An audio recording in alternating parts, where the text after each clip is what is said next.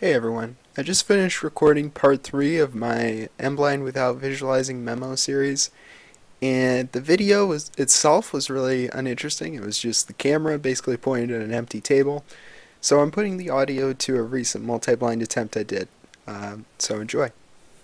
Hello everybody, and welcome to part 3 of my series on doing M-Blind Without Visualizing Memo. First off, apologies for the lateness of this video. Things have been a little hectic for me recently, and I haven't had as much time to cube as I had hoped I would. That being said, let's jump right into the topic of this video. This video is going to be an overview of some of the techniques that I use to link Memo to my locations in MBLD. Unlike part 2, I'm not really going to be using many examples here. Mostly I just want to convey these concepts to you and hopefully inspire you to experiment with this on your own. First, I'm going to briefly go over choosing which words from your memo you want to link to the memo's location. Since an edge memo might have roughly 6 to 7 words, and a corner memo might be 4 to 5, say, coming up with a creative way to link every word to the location the memo is in would be far too time-consuming, and it's also very unnecessary. So the idea is that we want to link a minimal number of the letter pairs to the location, but we want to link enough that the entire memo comes back to us when we recall those linking pairs in execution. A logical way to choose is to link the first letter pair in the memo to the location. This makes sense because in recall, if your story makes good logical sense, remembering the first word will lead you to the second, and that'll lead you to the third, etc. And if in review this doesn't happen, and you realize that the first pair is not bringing the rest of the story to mind, or maybe you remember the first, second, and third pair, but you don't remember what comes next, you can always link additional pairs. So you could say, I'm remembering the first 3, but I don't know what's coming next, so I'm going to link the 4th pair, and hopefully that'll be enough. If the first pair is difficult to link to your location for whatever reason, you can instead choose the most interesting pairs or the most important pairs in the story. The only drawback is that you'll need to work backwards slightly in recall to remember the first pair in order to execute it.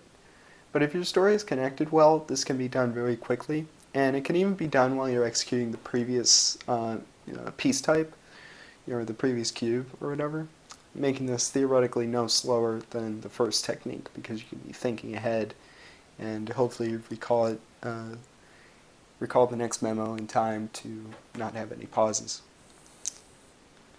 Hopefully all this will make a little more sense as we get into how the actual linking takes place. But the key takeaway for right now should be that linking every single word to your location is inefficient, and that as you memo you will probably find that some words are easier to make links to than others. Also, you can determine based on review which pairs you're forgetting and decide to link those to your location as well, or just improve the sentence so that there is a better connection between the letter pairs in the sentence and you need to link fewer words to your location. Okay, so on to some methods for making links. The first is something I refer to as weak linking. It's something I wouldn't recommend you consciously attempt to do, but I find that it is often what I revert to doing when pushing my speed in Memo because it's fast and easy to do. The reason I'm covering it here quickly is that it does comprise a lot of my Memo in most attempts right now, and it often works decently well, but keep in mind that I am trying to replace it with some of the stronger methods of linking that I'll cover later. The idea behind weak linking is pretty simple.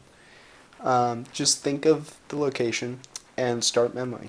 While memoing, you can put emphasis on important pairs or the first pair, as I said earlier, and if all goes well, thinking about the location again triggers the memo that you constructed when you first kept that location in your mind. If you're going to memo in this way, you don't need to say the name of the location in your head or anything like that. Just imagine some of the features of it, which is something that I talked about in part 1, and memo at the same time. Again, this is not always consistent. As a best practice, I'd highly recommend defaulting to some of the stronger methods that I'm going to mention later. But for the sake of completeness in this video, I think it's important to tell you that something this simple actually can work in most cases. Similar to weak linking, another method of linking that is inconsistent but also fast and pretty interesting is what I'll call roomless linking. I don't want to mislead you on what this is. This isn't suggesting that an entire attempt or a substantial amount of an attempt could be done without rooms or without locations. This is basically something that I do unintentionally and happens on maybe 2 to 3 cubes in most of my attempts. So basically what happens is I'll go about my initial memo normally, but I'll find in subsequent reviews and in execution that the memo is popping into my head without thinking about the corresponding location. So I'll finish reviewing or executing one cube, and then the edge memo for the next cube maybe will just kind of come to mind before I've even pulled up the next location in my head. I don't want to talk about this too much since I find it's just kind of an unintentional thing that occurs during review and execution. However, like I said, it happens in most of my attempts on about 2 to 3 memos, and I think it's pretty interesting. In the near future, I plan to start tracking when this happens and hopefully establish a pattern of what causes it to happen. And if I do find out a little bit more about it, I will definitely make a video focusing on it in more detail. Now at this point, I'm going to get into methods of linking that I actually think are strong, consistent, and worth consciously attempting to use during memo. The first is themed locations, which is something Shivam uses quite a bit of, and which I have also started using more of. The idea is to have locations with built-in ways of linking memo to them that kind of have little gimmicks, I guess is a good way to put it. I don't have an opinion one way or the other as to whether every location of yours should work this way, or whether that would be a good way to make a memory palace, but the idea definitely has a lot of potential and can work very well. Here's a few examples from both Shivam's memory palace and mine. A location that is a newspaper, where the memo is making up the newspaper's headline. A location where someone you know tells you the memo. A location that is a television, which you watch the memo on, and a scale that you place the memo onto. Each of these either makes the memo take on a slightly different form, or at least has an interesting way of interacting with the memo. Because the means of linking the memo is built in, recalling memo is theoretically more consistent. So once you get to the location in question, when you're reviewing or executing, you think, what was on the TV, or what was my friend telling me, for example, or what was on the scale, was it heavy or was it light? And it might seem like a subtle advantage, but you should find that these very specific questions are quite a bit easier to remember the answers to than remembering, say, what was linked to your sofa or your table, where you're just like putting the memo on top of the table or something like that. Another technique I'm really fond of using is physical interactions between letter pairs and the locations they're in. This might not seem useful if you aren't visualizing, but I often find that physical interactions are actually really useful ways to link memo to locations. So, for example, if my location is a bed and a character in the memo is a boxer, thinking about the boxer punching the bed and his fists kind of bouncing back up from the bed can work very well. And that can work whether you think visually or non-visually. In this way, you can even make good connections to actions in your story by having the location perform the action. For instance, you could have a chair doing a kick with one of its legs and things like that. I'd also recommend that you not do this by saying the name of the location in your head, like saying the chair is doing a kick, because saying more things in your head than you need to is slow. This is something that I have experience with testing, and it actually can pretty significantly slow down your memo. So just think about the concept of it happening, just kind of have the idea pop into your head and move on, basically. And even if you're like me and you can't see it in your head, you can come up with the idea and you can think about how the link is funny or weird or interesting, and you should find that that will really help your memo strength. Along with physical interactions is the idea of physical traces being left behind on your location. These are things like a laser in your memo burning the location, or water leaving the location all soggy or maybe rusted if it's made of metal. These are good ways to give yourself a path back to remembering the key words in the story that you linked to the location. There's just one last technique that I'd like to cover, and it's actually been consistently one of the strongest that I use.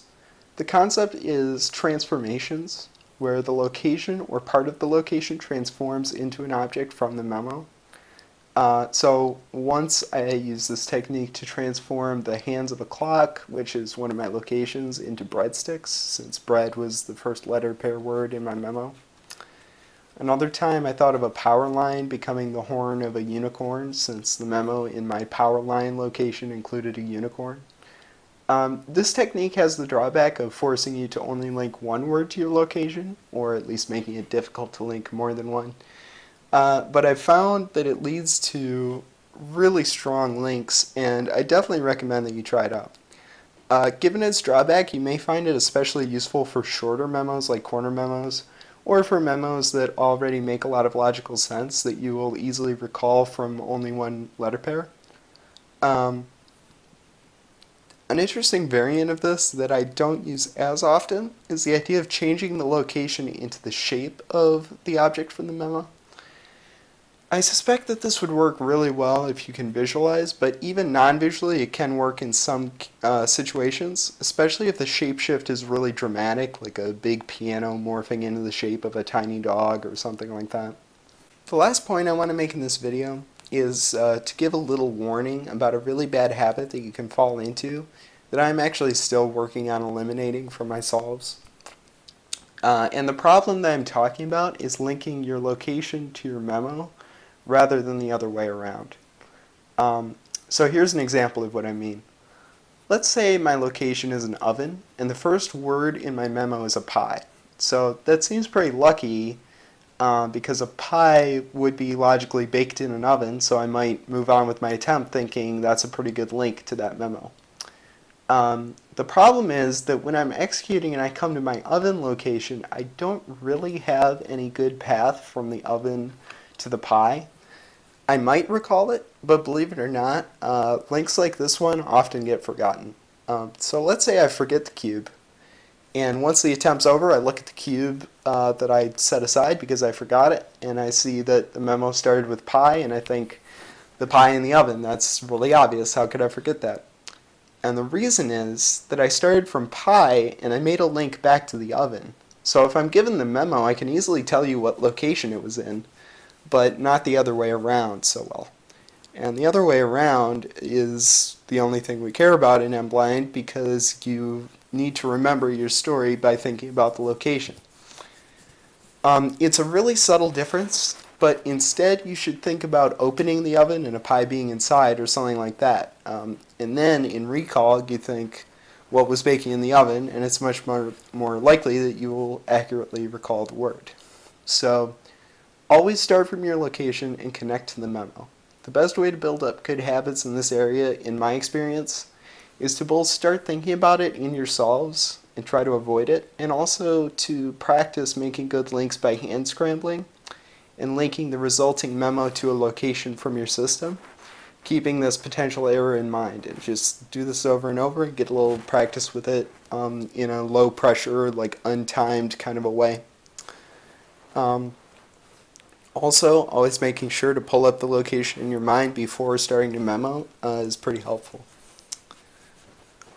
With that being said, that's about all I have to say for today. I really hope this video was helpful, and don't forget to leave any feedback/questions in the comments. Thank you all for watching, and let me know if there are any other MBLD related topics you'd like to see me cover in the future.